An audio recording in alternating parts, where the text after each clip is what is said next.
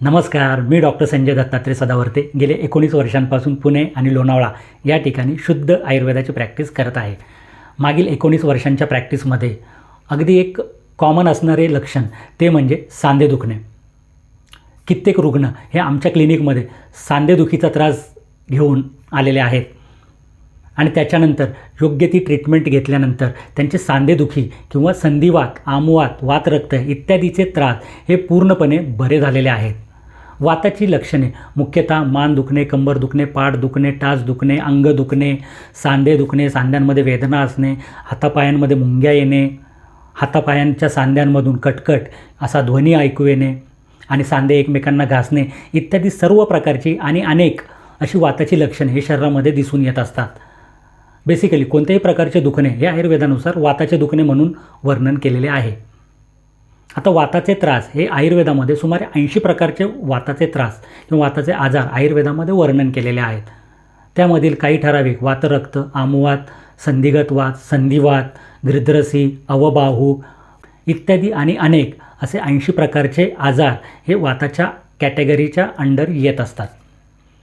तर बेसिकली वाताची दुखणी ही 2 प्रकारची असतात. एक संधिवात आणि दुसरा आमवात. आणि संधिवात आणि आमवात याच्यामध्ये नेमका फरक काय किंवा कित्येक रुग्ण आल्यानंतर पहिला प्रश्न ते मला विचारतात, डॉक्टर साहेब संधिवात आणि आमवात याच्यामधला नेमका फरक कोणता आहे हे आम्हाला कृपा करून समजावून सांगा. तर आजच्या या व्हिडिओमध्ये आपण संधिवात आणि आमवात हे 2 आजार कशा प्रकारे भिन्न आहेत किंवा वेगळे आहेत, त्यांचे वेगळेपण कोणते आहे याची माहिती आजच्या या व्हिडिओमध्ये आपण जाणून घेणार आहोत. तर प्रथमतः संधिवात या आजारामध्ये काय होते ते पाहूयात. संधिवात हा बेसिकली उतार वयामध्ये म्हणजे आफ्टर 40 नंतर दिसून येणारा एक आजार आहे. संधिवातामध्ये सांध्याच्या ठिकाणी प्रचंड प्रमाणामध्ये वेदना असतात. तसेच त्या ठिकाणचे श्लेष्मक कफ सांध्यांच्यामध्ये जो सायनोव्हिल फ्लुइड असतो त्या सायनोव्हिल फ्लुइडचे प्रमाण कमी झाल्यामुळे त्या ठिकाणचा वात वाढल्यामुळे ते सायनोव्हिल फ्लुइड कमी होते आणि ते कमी झाल्यामुळे सांधे एकमेकांना घासण्यास सुरुवात होत असते. त्याच्यामुळे सांध्यांची झीज होते, हाडांची झीज होते, सांध्यांमधून कटकट असा आवाज ऐकू येतो, सांधे दुखतात, सांध्यांमध्ये सूज असते, बऱ्याच वेळेला त्याच्यामध्ये दाह असणे हे लक्षण देखील दिसून येत असते. संधिवात हा साधारणपणे उतार वयामध्ये आढळून येणारा एक आजार आहे. संधिवातामध्ये मुख्यतः शरीराचे कोणत्याही सांध्यांमध्ये ह्या वेदना उद्भवू शकतात.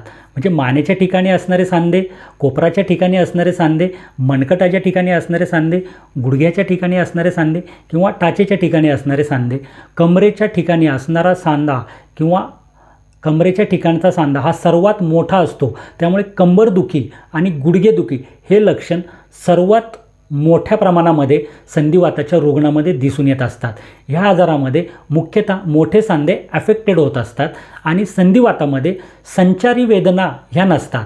संचारी वेदना नसणे याचा अर्थ एखाद्या ठिकाणचा जर सांधा दुखत असेल तर पर्टिक्युलर त्याच ठिकाणचा सांधा हा दुखत असतो. ॲलोपॅथीनुसार किंवा अर्वाचीन वैद्यकशास्त्रानुसार याला रुमॅटिक आर्थरायटिस किंवा ऑस्टिओआर्थरायटिस, सर्वायकल स्पॉन्डिलोसिस, लंबर स्पॉन्डिलोसिस अशाच प्रकारे संबोधले जाते. संधिवाताबद्दल माहिती घेतल्यानंतर आता आमवातामध्ये नेमके काय होते ते पाहून घेऊयात. आमवातामध्ये 2 गोष्टींपासून आमवात तयार झालेला आहे. एक आम आणि दुसरा वात. तर याचा संधिविग्रह केल्यावर आम आणि वात हे 2 शब्द व्यक्त होत असतात. तर त्याच्यापैकी आम म्हणजे काय हे नेमके जाणून घेणे महत्त्वाचे असते. आमवातामध्ये बेसिकली रुग्णाचे पचन हे बिघडलेले असते. असा रुग्ण ज्या वेळेला आहाराचे सेवन करतो त्यावेळेस अग्निमांद्य, भूक नसणे, अजीर्ण असणे, ॲसिडिटीसारखी लक्षणे असणे इत्यादी त्रास असल्यामुळे त्या आहाराचे व्यवस्थित पचन होत नाही आणि असा आहाराचे व्यवस्थित पचन न झाल्यामुळे एक अपचित किंवा ज्याचे पचन झाले नाही असा एक आहाररस तयार होतो. त्यालाच आम असे म्हणतात. ॲक्च्युली तो आम शरीराच्या बाहेर निघून जाणे हे अपेक्षित असते. पण तो जर आम शरीरामध्ये तशाच स्वरूपात राहिला तर त्याच्यापासून वेगवेगळ्या स्वरूपाचे आजारपण ही शरीरामध्ये उद्भवताना दिसून येत असतात. आता आमवातामध्ये आमाची संप्राप्ती आपण पाहिल्यानंतर दुसरा भाग तो म्हणजे वात. आता वातवृद्धिकर आहारविहार म्हणजे नेमके काय. तत्र वृक्षो लघु शीता सूक्ष्मोश्चल नीला असे वाताचे आयुर्वेदामध्ये वर्णन केलेले आहे. वात वाढवण्याची कारणे, बऱ्याच रुग्णांना थंड पाण्याची सवय असते. थंड पाण्याने 12ही महिने आंघोळ करणे, कोरडे अन्न सेवन करणे, आहारामध्ये स्निग्ध अंशाचा अभाव असणे, तूप किंवा तेल इत्यादींचा अभाव असणे, तसेच रात्री उशिरापर्यंत जागरण करणे, 13 प्रकारचे अधारणी वेगांचे धारण करणे, तसेच बद्धकोष्ठतेचा त्रास असणे, सकाळच्या गार हवेमध्ये पळायला जाणे किंवा धावणे, सतत फ्रीजचे पदार्थांचे सेवन करणे, फ्रीजमधील पाणी पिणे, वेगवेगळ्या प्रकारचे कोल्ड्रिंक्स किंवा आईस्क्रीम हे रात्रीच्या वेळेस खाणे इत्यादी गोष्टींमुळे शरीरामधील वातदोष हा वाढत असतो. त्यामुळे आमवातामध्ये 2 गोष्टी घडतात. एक आम वाढतो आणि दुसरा वात वाढतो.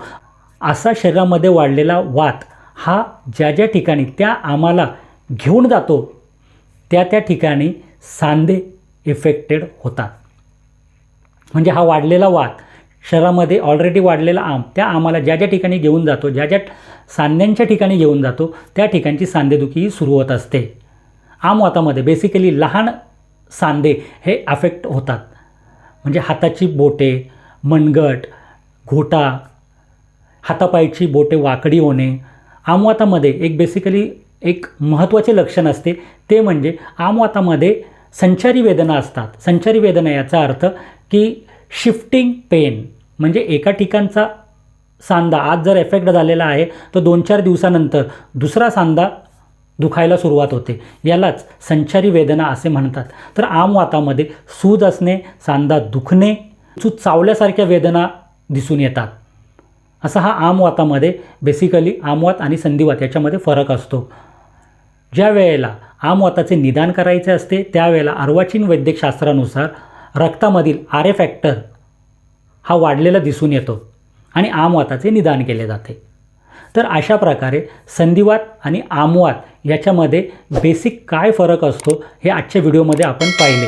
आमचे हे व्हिडिओ जर तुम्हाला आवडत असतील तर आमचे चॅनल हे नक्की लाईक करा, शेअर करा आणि आमचे चॅनल सबस्क्राईब करण्यास मात्र बिलकुल विसरू नका.